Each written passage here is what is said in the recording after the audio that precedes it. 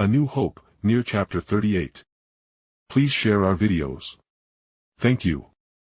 We did manage to find a little underground garage that we could move our flight units into, allowing us to finally be able to set out the tent I brought as well as a small air mattress that folded up pretty well and wasn't really a big weight in my oversized travel rucksack.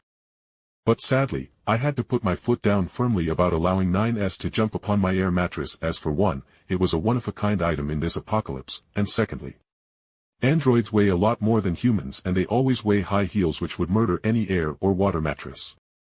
I only allowed the girls to come onto the mattress after they removed their heels and it was pretty chilly with it being a dark twilight. Once we reached California it would be complete darkness except for the excessive amount of bioluminescent materials providing the vast majority of light for the wildlife and androids and machines to operate by.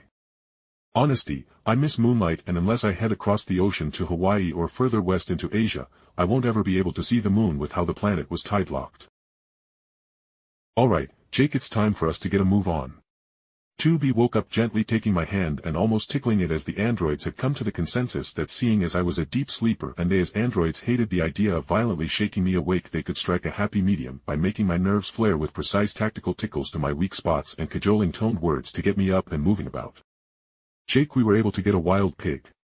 6E told me, and the idea of actually making some bacon made me blearily crawl out of my tent and into the cool dark underground parking lot we two shelter in. After having my personal pod turn on a powerful spotlight, I saw the massive mutated wild boar in question was a solid 3 meters tall and even longer.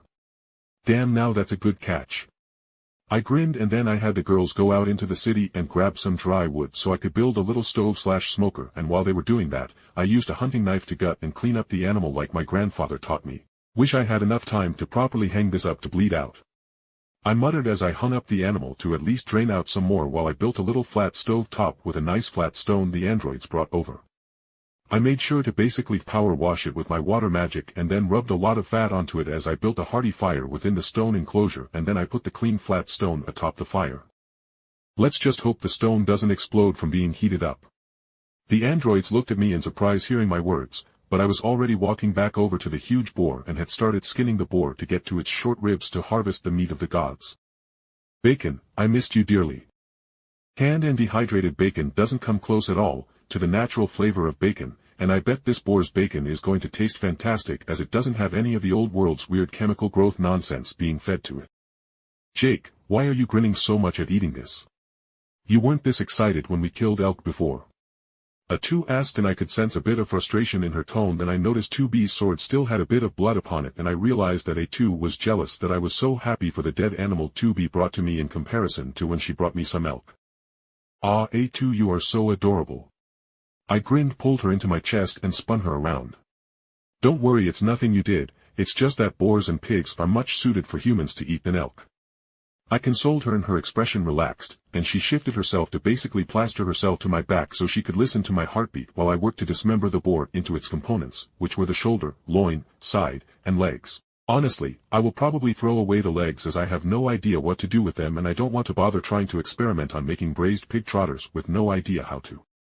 After getting everything settled, I threw the bacon onto the hot stone that thankfully didn't explode from the fire heating up, and then I used my wood magic to make another box out of some wood I had no idea what it was and attached it to the fire pit, and some of the smoke from the fire started going into the box which I had stuffed a lot of meat into. Alright, let's eat some bacon, and while the fire smokes the food for a few hours we can try to explore some of Las Vegas. 9S shrugged, showing how she didn't mind the plans. That's fine, but is there something in particular you want to see? She asked.